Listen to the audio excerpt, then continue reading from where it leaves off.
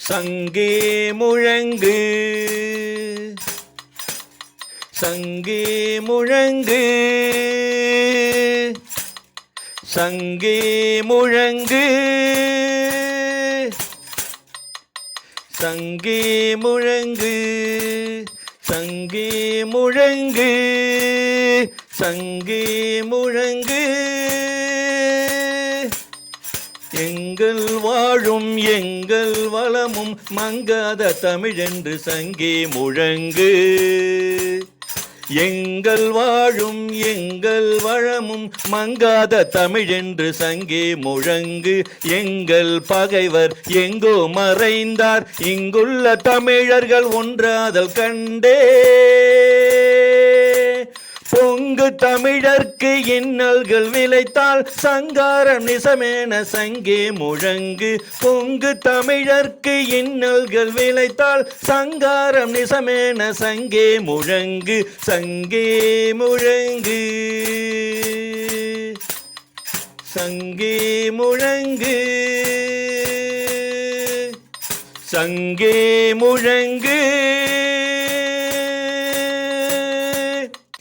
திங்களோடும் செழும்பருதி தன்னோடும் விண்ணோடும் உடுக்கலோடும் திங்களோடும் செழும்பருதி தன்னோடும் விண்ணோடும் உடுக்கலோடும் மங்குல் கடல் இவற்றோடும் பிறந்த தமிழுடன் பிறந்தோம் நாங்கள் தமிழுடன் பிறந்தோம் நாங்கள் ஆண்மை சிங்கத்தின் கூட்டமென்றும் சிறியோர்க்கு ஞாபகம் செய் முழங்கு சங்கே முழங்கு சங்கே முழங்கு சங்கே சங்கே முழங்கு சங்கே முழங்கு சங்கே முழங்கு சங்கே முழங்கு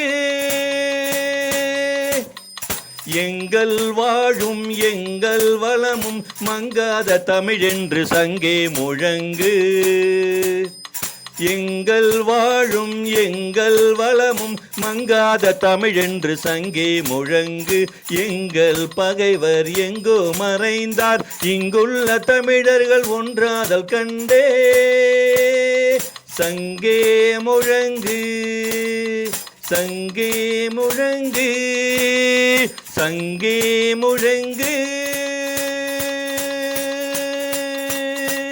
தமிழுக்கும் அமுதென்று பேர் அந்த தமிழ் இன்பத் தமிழ் எங்கள் உயிருக்கு நேர் உயிருக்கு நேர் தமிழுக்கும் அமுதென்று பேர் அந்த தமிழ் இன்பத் தமிழ் எங்கள் உயிருக்கு நேர் உயிருக்கு நேர் தமிழுக்கு நிலவென்று பேர் இன்பத் தமிழ் எங்கள் சமூகத்தின் விளைவுக்கு நீர் தமிழுக்கு மனம் என்று பேர் இன்பத் தமிழ் எங்கள் வாழ்வுக்கு நிருமித்த ஊர் தமிழுக்கு மதுவென்று பேர் தமிழுக்கு மதுவென்று பேர் இன்பத் தமிழ் எங்கள் உரிமைச்சம் பயிருக்கு வேர் பயிருக்கு வேர் தமிழுக்கும் அமுதென்று பேர் அந்த தமிழ் இன்பத் தமிழ் எங்கள் உயிருக்கு நேர் உயிருக்கு நேர் தமிழெங்கள் இளமைக்கு பால் தமிழெங்கள் இளமைக்கு பால் இன்பத் தமிழ் நல்ல புகழ்மிக்க புலவர்க்கு வேல் புலவர்க்கு வேல் தமிழெங்கள் உயர்வுக்கு வான் இன்பத் தமிழெங்கள் அசதிக்கு சுடர் தந்த தேன் சுடர் தந்த தேன் தமிழுக்கும் அமுதென்று பேர் அந்த கவியே வாழ்க வளர்க.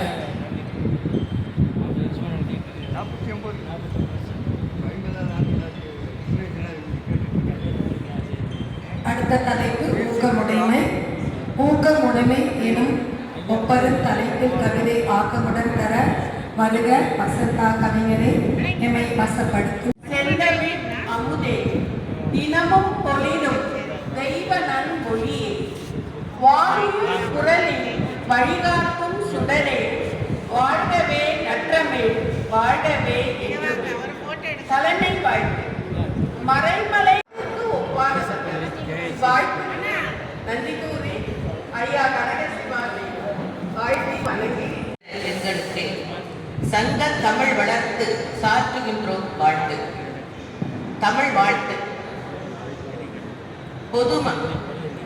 பொதுமறையில் பூத்திருக்கும் கவிதை முத்தினை தருபவர் புதுவை இயன்ற பொற்கவி தொல்காப்பிய விருது பெற்ற நல்காப்பிய கவிஞரை வருக நற்கவிதை தருக. அன்னை தமிழுக்கும் அவை தலைமைக்கும் ஆற்றோர் பேரவை அருமை பாவலர் அருமை பாவலர்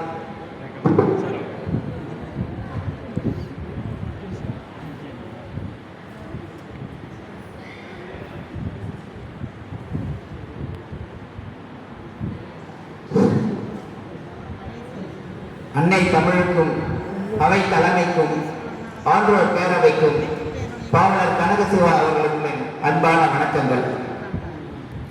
என் அதிகாரம் 58. நடுவில் கொஞ்சம் பக்கத்தை காணான்னு அம்மா விட்டுட்டாங்க. அதாவது முதலில் கவிதை பாடுவது இறுதியில் கவிதை பாடுவது சிறப்பு என்பது அவர்களுக்கு தெரியும். மிகவும் மகிழ்ச்சி. இந்த கண்ணோட்டம் என்ற இந்த தலைப்பு என் வாழ்நாளில் ஒரு முக்கிய நிகழ்வாகவும் அமைந்தது. இந்த தலைப்பை கவிஞர் அவர்கள் வருவதற்கு முன் என்னுடைய கண்ணில் சிலது சிறிய கோளாறு இருந்தது. இந்த கண்ணோட்டத்தை எடுத்த பிறகு அந்த கண்ணோட்டத்தினால் அந்த கண்ணே மிகவும் பளபளப்பானது என்பது ஒரு அரிய நிகழ்வு. அது அந்த நூலிலே குறிப்பிட்டிருக்கிறேன். இனி கவிதை. கண்ணோட்டம் என்கின்ற காரிகையின் பேரழகால் பண்ணோடு ஏங்கெட்ட பாடல் ஒன்று வாய் மணக்கும். தன்னழி இரக்கம் தயறிய மாட்டாத பண்பற்று நின்றேதான் பாறை கெடுத்திடுவார். இரக்கம் எனும் ஈகைக்கு ஏன் இங்கு முட்டு சிறக்கட்டும் அன்பு மழை சுற்றமென தொட்டு தனித்துவமே பெற்று வைப்போம் காரணிகள் நன்றே இனி கவலை ஏது. நாம் கடைசியாக வைத்துவிட்டோம், மன்னிக்க வேண்டும். தமிழ் குமரனால் கடைசி கவிதையை படிக்க வருகிறார்.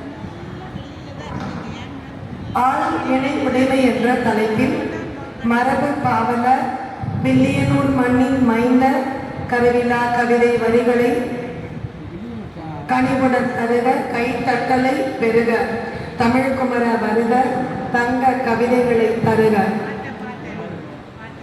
தமிழே உயிரே தனித்துவம் கண்டேன், அமிழ்தாய் இனிக்கும் அருஞ்சுவை உண்டேன். தமிழனும் மேலான தாய்மொழி உண்டோ, தமிழ்தான் புவியனில் தாயவள் என்றோ. ஆதி மனிதன் தொடங்கி ஆண்ட்ராய்டு மனிதன் வரை கன்னித்தமிழாய் விட்டிருக்கும் என் தமிழன்னைக்கு முதல் வணக்கத்தை தெரிவித்துக் கொண்டு, நம் பாட்டன் வள்ளுவன் அவனுக்கு வணக்கத்தை தெரிவித்துக் கொண்டு, என் கொள்ளு பாட்டு வாணிதாசன் அவர்களையும் பெருமைப்படுத்தும் வகையிலே அண்ணன் கனகசிவா நடத்தும் இந்த மாபெரும் விழாவிற்காக ஒரு நன்றியை தெரிவித்துக் கொள்கிறேன். என்னுடைய அதிகாரம் 62 ஆழ்மணி உடைமை. எட்டா கனி என்ற எண்ணம் தவிர்த்திடு வட்டத்தை சொன்ன எழுதுறதெல்லாம் கவிதை ஆயிடாது. கவிதை என்ன பலசரக்கு கடையில் விற்கிற பொருளா? நீ அப்படியெல்லாம் எழுத முடியாது. சங்க இலக்கியங்களை முழுமையாக படிக்கணும். 8 தொகையை படி, 10 பாட்டை படி, 11 கீழ்கணக்கு படி, கம்பராமாயணத்தை மனப்பாடம் பண்ணு, திருக்குறள் 1330 உனக்கு தெரியணும். இப்படிலாம் எங்கள் அப்பா வந்து சொல்லுவாங்க. நாள்தோறும் ஒரு நூல் படி, எந்த தலைப்பாக வேணால் இருக்கலாம், ஒரு சொல் நிகண்டு தயார் பண்ணணும். நீ நிறைய சொற்கள் எதிரி மோனை எல்லா சொற்களும் உனக்கு தெரியணும். நீ இலக்கியம் படித்தாதான் உனக்கு சொற்கள் வரும். தெரிந்த சொற்களை மட்டும் வச்சு கவிதை எழுதினா அது சுவையாக இருக்காது அப்படின்னு என் தந்தை அறிவுரை கொடுத்துட்டு நான் ஒரு கவிதையாவது எழுதி அப்பாட்ட காமிப்பேன் போய் போய் ஆசையாக. அப்போ சின்ன பிள்ளை தானே, அவர் வாங்குவார் பார்ப்பாரு, இப்படி கசக்கி போட்டுடுவார். எனக்கு அழுகையாக வரும்.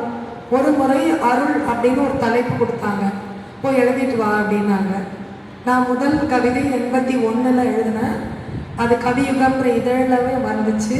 கவிஞர் என்ற பெருமிதம் எனக்குள் ஒட்டி கொண்டது. புத்தம் புதுமலர் சோலையிலே பூத்து குலுங்கும் மலர்களிலே சித்தம் சிறக்க பள்ளிக்கு சென்று பயிலும் மழலையிலே 10 மாதம் சுமந்து ஈன்ற பத்தினி தாயின் கருணையிலே பித்தா உன்னை நான் காண்கின்றேன், பெருமான் உணருள் கேட்கின்றேன் அப்படின்னு எழுதினேன். அப்பா பரவாயில்ல அப்படின்னு சொன்னாங்க. சொல்லிட்டு அது எனக்கு வசிஷ்டர் வாயால பிரம்மரிஷி பட்டம் வாங்கின மாதிரி இருந்துச்சு. அதன் பிறகு அப்பா ஒரு தலைமையில ஈர நெஞ்சங்கள் அப்படின்ற தலைப்புல கவிதை படிக்கணும். அப்பா போறாங்க, என்ன கூப்பிடல. நான் அந்த கவிதை நடத்தினது திருவள்ளுவர் இலக்கிய மன்றம் நங்கநல்லூர்ல. நாங்கள் கோபால் சொல்ற பார்த்தசாரதி அவருக்கு நான் ஒரு அஞ்சல் அட்டையில எழுதி போட்டேன்.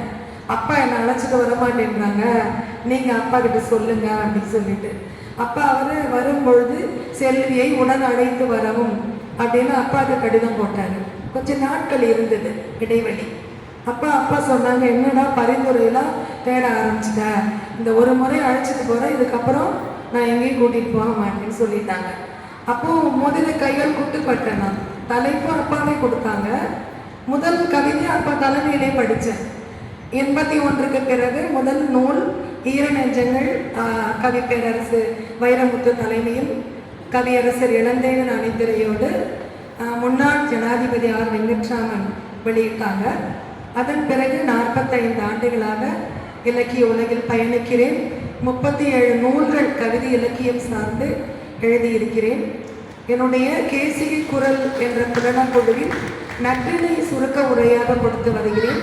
பிள்ளைத்தமிழ் கல்வி கனடா என்ற அமைப்பின் மூலம் உலக நாடுகள் முழுவதும் பிறமொழி கலவாத தமிழை பயிற்றுவிக்கிறேன். கேசிக பேரவை என்ற என்னுடைய புலனக்குழு வாயிலாக பிறமொழி சொல்லுக்கு தமிழ் சொல் தருகிறேன். பழந்தமிழ் சொற்களை அறிமுகப்படுத்துகிறேன். இது பாட்டனார் ஆட்சி நீலாம்பிகை திருநெல்வேலி தென்னிந்திய சைவ சித்தாந்த நூல் பதித்த கழகத்தை தோற்றுவித்த என்னுடைய பாட்டன். 33 அதிகாரங்களில் 133 கவிஞர் பெருமக்களின் ஆளுமைகளின் வல்லாண்மையோடு சிறப்பானதோர் சீர்மிகு மாபெரும் கவியரங்கம். அந்த அரங்கம் இனிதே இன்று காடை பொழுதில் இருந்து இனிதாக நடைபெற்றுக் கொண்டிருக்கின்றது. இந்த இனிய விழா நான் எண்ணி பார்க்கின்றேன், ஒரு நாளா 2 நாள், ஒரு வாரமா 2 வாரமா, ஒரு மாதமா 2 மாதமா, ஓராண்டா ஈராண்டா, எனக்கு தெரிந்து கிட்டத்தட்ட 3 ஆண்டுகளாக, எனக்கு தெரிந்து 3 ஆண்டுகளாக அல்லும் பகலும் தன்னுடைய எண்ணத்தால் சொல்லால் செயலால் என்ற பெருமைக்குரியவர் மதுரை சங்கம் வளர்த்த தமிழர் மதுரை மாநகரில் வருகை வந்திருக்கிறார்.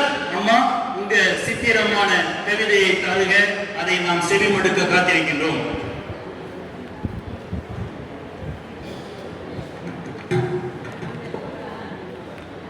நான் உமிழும் சொல்லெல்லாம் உன்னருளே, எங்கும் நிறைந்து எங்கும் நிறைந்து நிற்கும் தமிழன்னைக்கு என் மதுரை தமிழால், மதுரை சங்கத் தமிழால் சொன்னேன் தமிழ் வணக்கம், குரு வணக்கம்.